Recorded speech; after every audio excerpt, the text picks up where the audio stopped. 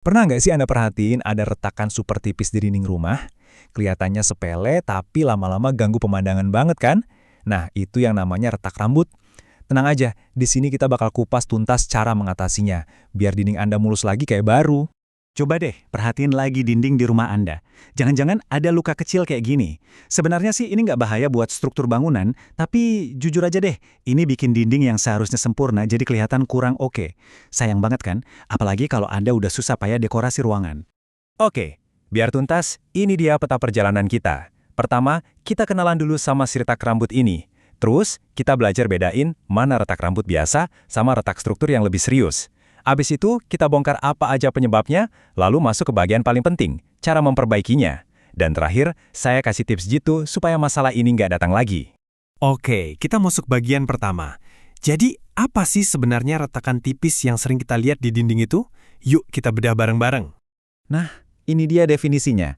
Retak rambut itu super tipis, lebarnya aja kurang dari 0,2 mm.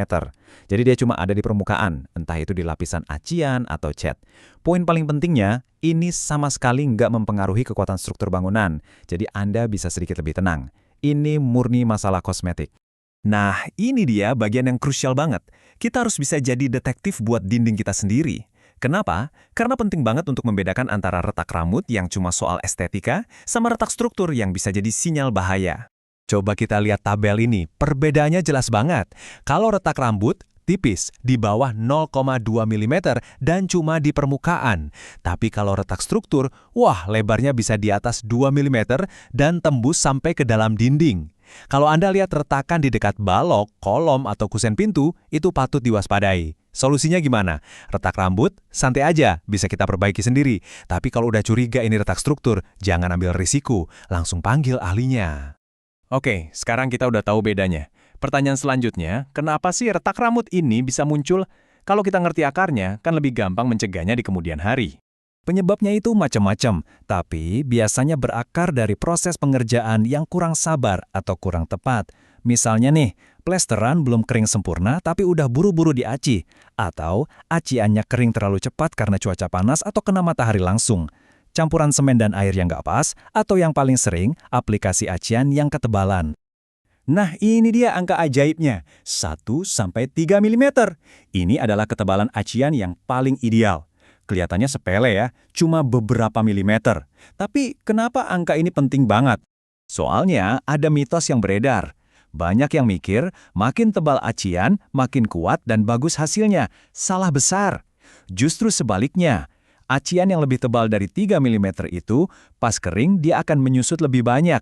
Nah, proses penyusutan inilah yang akhirnya bikin retakan muncul.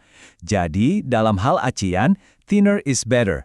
Nah, gambar ini ngejelasin banget soal campuran material. Lihat deh yang sebelah kiri, campurannya seimbang, teksturnya pas. Sekarang lihat yang kanan, itu kebanyakan air. Waktu air yang berlebih itu menguap pas proses pengeringan, dia ninggalin ruang kosong di dalam acian. Hasilnya, acian jadi menyusut dan, ya, retak. Jadi takaran air itu krusial banget. Oke, cukup teorinya. Sekarang kita masuk ke bagian yang paling ditunggu-tunggu. Prakteknya, gimana sih cara ampuh untuk membereskan retakan yang udah terlanjur muncul di dinding kita? Gampang kok, cuma ada 5 langkah. Pertama, kerik dulu cat lama di sekitar area retak pakai scrub. Kedua, amplas permukaannya sampai benar-benar halus dan rata. Ketiga, ini jangan sampai kelewat, bersihkan area itu pakai kain basah buat ngilangin semua debu. Keempat, aplikasikan wall sealer atau cat dasar. Ini fungsinya buat nutup pori-pori dan retakannya. Tunggu sampai kering. Terakhir, baru deh cat ulang dengan warna kesukaan Anda. Beres. Memperbaiki itu penting, tapi mencegah kejadian yang sama terulang lagi itu jauh lebih baik kan? Yuk kita lihat gimana caranya supaya dinding kita sehat dan bebas retak untuk jangka panjang. Ini dia contekan untuk proyek selanjutnya. Pertama, pakai material berkualitas. Kedua, yang paling penting, sabar. Pastikan plesteran kering sempurna sebelum diaci. Ketiga, sebelum ngaci, basahi sedikit permukaan plesteran. Keempat, takaran air harus pas. Kelima, ingat angka ajaib tadi, jaga ketebalan acian di 1-3 mm. Keenam, setelah diaci, lakukan curing atau siram-siram sedikit permukaannya beberapa hari. Dan terakhir, kasih jeda waktu minimal 3-7 hari sebelum acian yang baru dicat. Jadi, kalau kita simpulkan, kuncinya cuma 2, sabar dan teknik yang tepat. Jangan terburu-buru. Proses pengeringan plesteran, jeda sebelum ngecat, itu semua bukan buang-buang waktu. Anggap aja itu investasi kecil untuk hasil akhir yang sempurna dan tahan lama. Kalau Anda mengikuti semua panduan tadi, punya dinding yang mulus, kinclong, dan bebas retak rambut itu bukan lagi cuma impian. Itu adalah sesuatu yang sangat mungkin Anda wujudkan sendiri. Pada akhirnya, merawat retakan kecil di dinding itu lebih dari sekedar urusan estetika. Ini adalah bagian dari merawat rumah kita secara keseluruhan. Dinding yang sehat adalah cerminan dari bangunan yang kuat. Jadi gimana? Siap untuk mulai merawat dinding rumah Anda?